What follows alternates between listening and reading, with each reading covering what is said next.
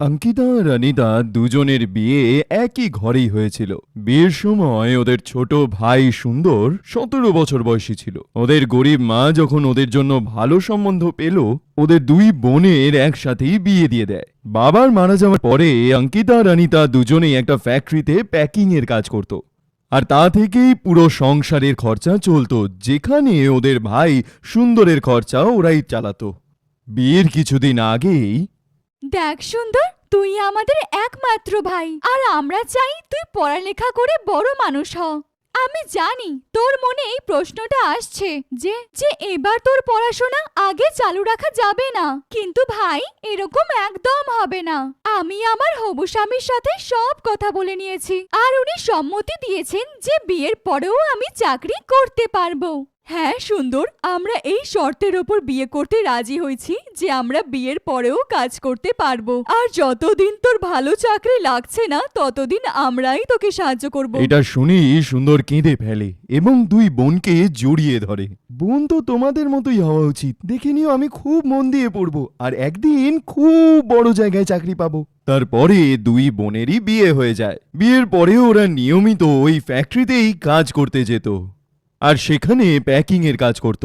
দুই বোনই তাদের মাইনের একটা অংশ তাদের মায়ের হাতে তুলে দিত, আর কিছু পয়সা বাঁচিয়েও রাখত, যাতে কোনোদিন যদি ওদের ভাইয়ের পয়সার দরকার হয় যাতে ওরা সাহায্য করতে পারে। শ্বশুরবাড়িতে শোন অনিতা, এই সবে সুন্দরের ফোন এসেছিল, ওর গ্র্যাজুয়েশন পূর্ণ হয়ে গেছে। ভগবানকে লক্ষ লক্ষ ধন্যবাদ, এইবার আমাদের ভাই ভালো চাকরি করবে। হ্যাঁ হ্যাঁ, আমাদের ভাই এবার বড় হয়ে গেছে। ফ্যাক্টরি শেষে ওর বাড়িতে গেলে কেমন হয় মিষ্টির বাক্স নিয়ে? হ্যাঁ হ্যাঁ, আমরা দুজনেই যাব। আর শোন, আমি ওর জন্য কিছু টাকা বাঁচিয়ে রেখেছিলাম, ভেবেছিলাম ওকে একটা জামা কিনে দেব। কাজে যাওয়ার জন্য তো নতুন জামা কাপড় চাই, তাই না? কি ব্যাপার, শুনলাম নাকি তোমাদের ভাই গ্র্যাজুয়েশন করে নিয়েছে? এই আনন্দে তো আমাদের ওখানে যাওয়াই উচিত। চলো, এবার তোমাদের এই দায়িত্বটা শেষ হলো। এবার সুন্দর নিজের পায়ে দাঁড়িয়ে পড়বে।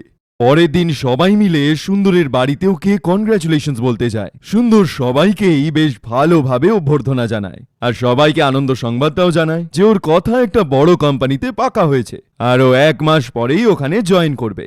আরে বা ভাই, তুই তো চমৎকার করে দিলি। তোর মাইনে কত হবে ভাই? 45,000 টাকা। এইটা শুনেই দুই বোন খুব খুশি হয় এবং 1 মাস পরে এই সুন্দর কাজ করতে যায়। আর ওদিকে দুই বোন নিজেদের ঘরের কাজে ব্যস্ত হয়ে পড়ে আবার। তারপর একদিন ওদের কাছে ওদের মায়ের ফোন আসে আর জানায় যে সুন্দরের জন্য একটা সম্বন্ধ এসেছে। আরে কাল মেয়েদের বাড়ি থেকে লোক আসছে, তোরা দুই বোন সকাল সকালই চলে আসবি, তোদের ছাড়া সুন্দরের বিয়ে হবে না। হ্যাঁ মা, আমরা দুজনে কাল সকালেই চলে আসব, তুমি চিন্তা করো না। সময় কত তাড়াতাড়ি চলে যায় বল। দেখ তো, আমাদের সুন্দরের জন্য সম্বন্ধ এসেছে। ভগবান করুক আমাদের বৌদি যেন অনেক ভালো হয়, যাতে আমাদের সম্পর্ক এইভাবেই টিকে থাকে।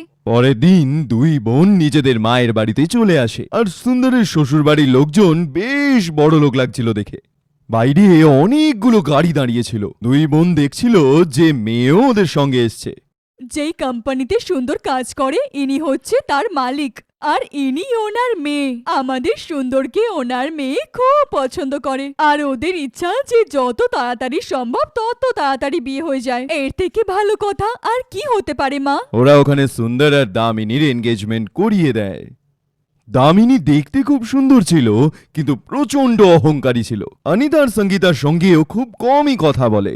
অতিথিরা রওনা হয়ে যাওয়ার পরে মা, তোমার জন্য আর একটা সুখবর আছে, আমি মা হতে চলেছি। ভগবানকে অনেক ধন্যবাদ। আমি কতদিন ধরে এই মুহূর্তের অপেক্ষা করছিলাম। ঘরে দুটো খুশি, আর সেটাও একসাথে, এটা তো অনেক ভালো কথা। দেখ মা, এবারে চাকরি ছেড়ে দে, এবারে নিজের খেয়াল রাখ। এইবারে তো সুন্দর মোটা টাকা কামাচ্ছে, আর জানিস ওর শ্বশুর বাড়ি থেকে ওকে একটা বড় ঘর গিফট করছে। এই জন্য এবার তোরা দুই বোন নিজের পরিবারের দিকে ধ্যান দে। এটা শুনেই দুই বোন প্রচন্ড খুশি হয়ে ওঠে। এবার সুন্দরের বিয়ে হয়ে যায়। দুই বোনও নিজেদের ঘরের কাজে আবার ব্যস্ত হয়ে পড়ে। অঙ্কিতার একটা সুন্দর ফুটফুটে ছেলে হয়। ওদিকে অনিতাও একটা সুন্দর ফুটফুটে মেয়ের জন্ম দেয়।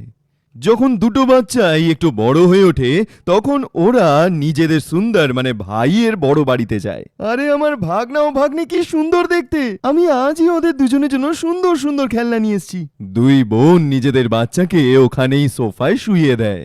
এটা দেখে দামিনী প্রচন্ড রেগে যায় আর ও বলে ওঠে, আরে দিদি, আপনারা তো সুন্দর থেকে অনেক বড়, আপনাদের এটা বলতে তো আমার ভালো লাগবে না যে বাচ্চাগুলোকে ভেতরে নিয়ে যান। একটু দেখুন সোফাটা খারাপ হয়ে যাচ্ছে। এটা তুমি কি বলছো দামিনী? বাচ্চারা আসতেই ঘরটা কত উজ্জ্বল হয়ে উঠেছে। উজ্জ্বল? তুমি উজ্জ্বল দেখতে পাচ্ছ? যখন থেকে এসেছে ওরা কেঁদেই যাচ্ছে। কিচ্ছু হবে না সুন্দর, বৌদি একদম ঠিক কথাই বলেছে। দেখ না বাচ্চারা কত কাঁদছে, আমরা ওদের ভেতরে নিয়ে গিয়ে একটুখানি মায়ের কাছে বসবো। দুই বোন মিলে তাদের মায়ের ঘরে ওই বাচ্চাগুলোকে নিয়ে যায় আর মাকে দেখে ওরা হয়রান হয়ে যায়। মা, তুমি নিজের এই কি অবস্থা করে রেখেছো?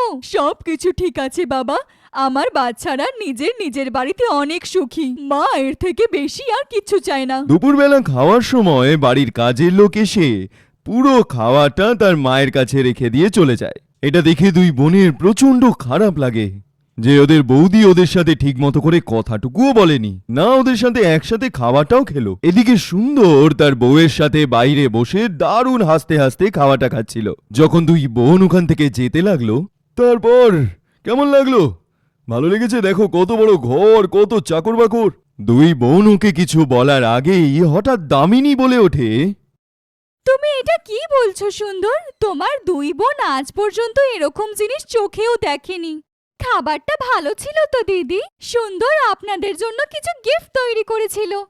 আরে দিদি, তুমি আমার পড়ার পিছনে অনেক খরচা করেছো আর তাই একটু টাকা দিলাম, তোমার কাজে লাগবে। দুই বোনের এরকম মনে হচ্ছিল যে ওদের ছোট গরিব ভাইটা অনেক বড় লোক হয়ে গেছে আর নিজের পয়সার অহংকারে ডুবে গেছে। দুই বোনে অনেক মানা করে কিন্তু সুন্দর তাও জোর করে টাকাটা ওদের দিয়ে দেয়। দুই বোন বাড়িতে ফিরে আসে কিন্তু আজকে দুই বোন একদমই খুশি নয় আর একজন আরেকজনের দিকে ঠিকমতো করে তাকাতেও পারছিল না। তোমরা শুনেছো তোমার ভাই নাকি একটা বড় ফ্যাক্টরি দিচ্ছে? তোমাদের ভাই সুন্দর এখন তো বড় লোক হয়ে গেছে। হ্যাঁ, ও এখন অনেক ধনী ব্যক্তি হয়ে গেছে। অঙ্কিতার এই কথার মধ্যে লুকিয়ে থাকা দুঃখটা তার বর একদমই বুঝতে পারে না। কিন্তু অনিতা এসে অঙ্কিতাকে গলায় জড়িয়ে ধরে। কিছু সময় পরেই ওদের মা মারা যায় আর দুই বোনের নিজেদের ভাইয়ের বাড়িতে যাওয়া আসাটা একদম বন্ধই হয়ে যায়। ওদিকে একদিন অঙ্কিতার বরের হার্ট অ্যাটাক চলে আসে, যার জন্যে সেও মারা যায়।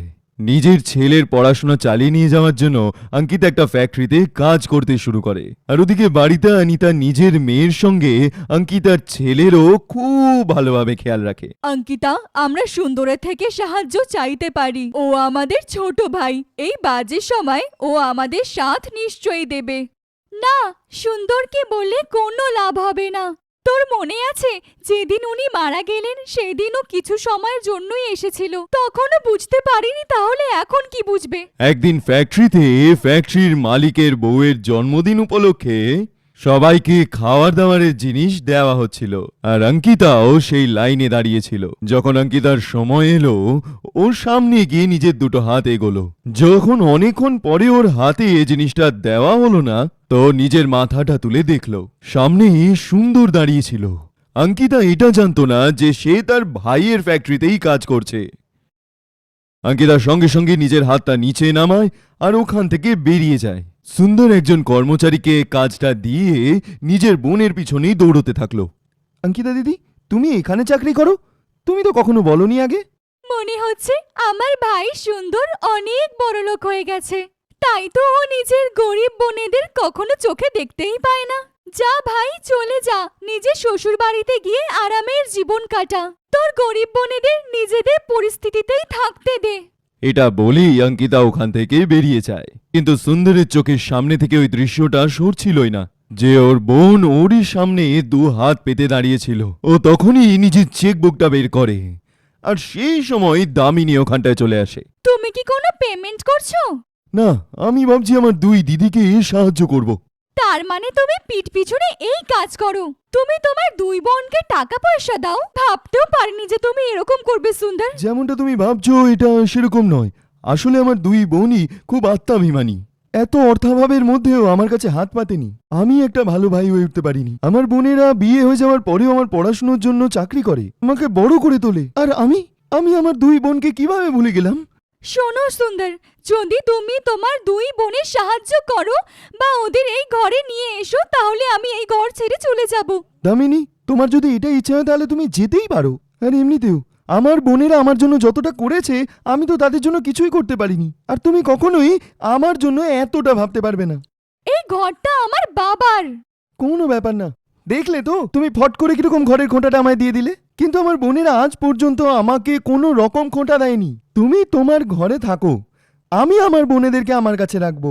আর এটা বলেই সুন্দর নিজের বোনের কাছে যায় এবং ওদের কাছে গিয়ে পায়ে ধরে ক্ষমা চায়। আমাকে ক্ষমা করে দাও, আমার চোখের উপর টাকার পর্দা পড়ে গেছিল। দেখ সুন্দর, আমাদের জন্য নিজের ঘর ভাঙিস না। যা গিয়ে তোর বউকে মানা। তুই আমাদের কষ্ট বুঝতে পেরেছিস, এটাই আমাদের জন্য অনেক বড়। সুন্দরীর পিছন পিছন দামিনীও ওদের বাড়ি এসেছিল। ও যখন দুই বোনের থেকে এটা শুনতে পেল তখন ওরও খুব খারাপ লাগে। আমায় ক্ষমা করে দাও, তোমার দুই বোন খুব ভালো। আমি ভুল বুঝতে পেরে গেছি। এবার আমরা দুজন মিলে ওদের সাথ দেব।